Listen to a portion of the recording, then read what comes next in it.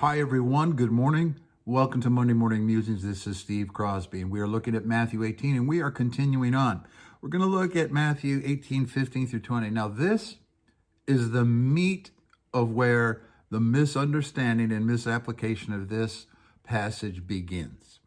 So we might have to break this section up into two musing sessions. I don't know. We'll see how it goes. I hate to go over 10 minutes.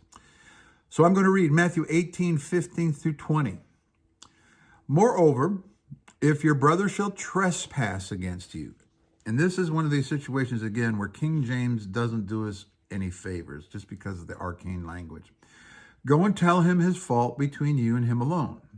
If he hears you, you've gained your brother. But if he will not hear you, then take with you one or two more. Then in the mouth of two or three witnesses, every word may be established. And if he shall neglect to hear them, tell it to the church. But if he neglects to hear the church, let him be unto you as a heathen man and as a publican. Truly I say unto you, whatever you bind on earth shall be bound in heaven, and whatever you loose on earth shall be loosed in heaven. And again, I say unto you, that if two of you shall agree on earth as touches anything, that they shall ask, it shall be done for them of my Father which is in heaven. For where two or three are gathered together in my name, there I am in the midst of them. Right. Highly unlikely that we're going to get through this whole thing in this session today. All right, look, there's been a shift. He began by talking about the general ethic of what it's going to take to be a participant in his kingdom. He talks about don't presume upon your privilege. And now he is shifting into the relational dynamics within the community of faith, particularly Israel at that time. Now we know church is a bad rendering here. Ecclesia, the gathering, the community. In their case, it would have either been the synagogue or the Sanhedrin. So let's take this carefully. So after the shift, King James uses the word trespass against, or if someone has aught against me. And in my experience in the church, that covers every little personal petty annoyance or wounding. Oh, that's a trespass against me. That's an ought against me. And now I'm obligated to go and have this big discussion because somebody hurt my feelings or did whatever. Look, what was the context? The people who opened up this passage, Matthew 18, who asked the question, were Jewish. And the context of their worldview was the Mosaic law and the obligations of the outworking of that Mosaic law amongst them.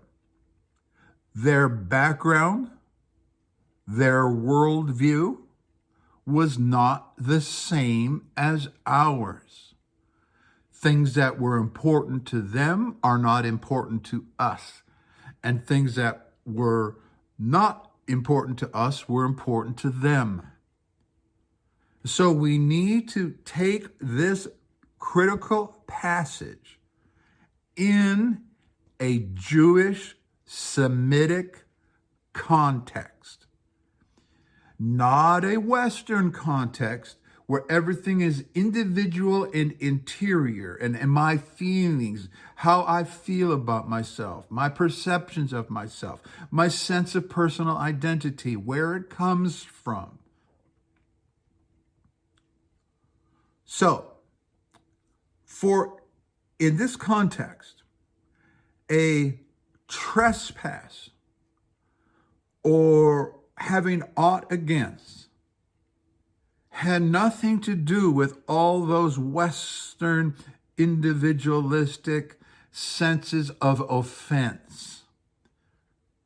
Because even Jesus at times can be very rude according to our sensibilities if you read the text at all. In the sense of his using sarcasm and irony and insults. And that's a whole conversation I can't get into today. The cultural use of insults and how they played a game of challenge and riposte. Jesus Through Eastern Eyes is available on my webpage. So let's wrap up this session in a couple of minutes here. A trespass or having aught against was having a just complaint that someone had violated Torah in relationship to you. Now notice, not a perceived wounding, like I've joked about, oh, they forgot my birthday, they don't love me. That's my perception. That's not a factual transgression of a law code or a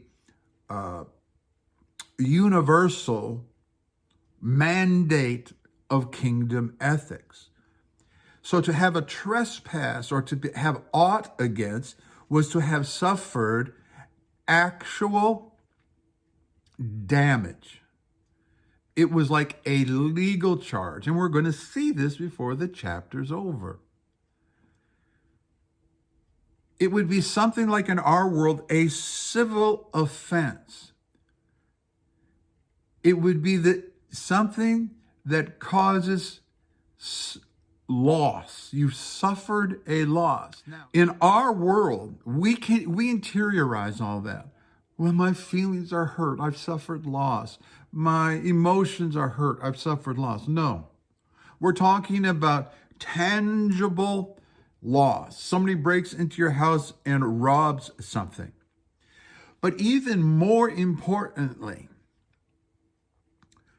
it would have to do with, he says, now listen, if your brother has caused you to suffer loss, the community has suffered loss. It's not just you. Everything in their worldview was communal. Your status, your reputation, the reputation of your clan, tribe, family, the community.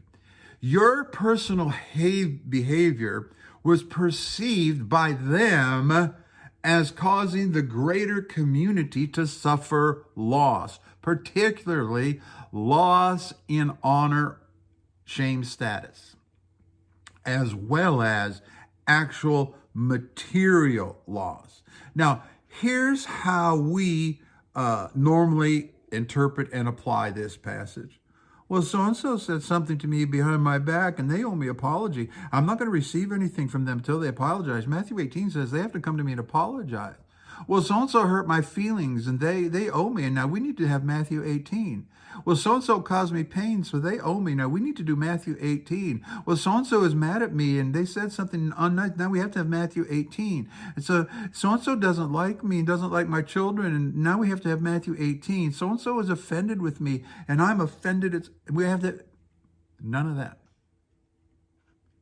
These are all illegitimate readings into the text.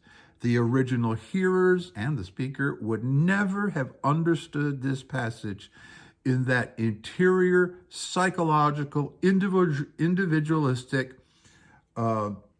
way that we do in the West. And I'll stop here with that for this time, and I'll see you the next time, and we'll continue on.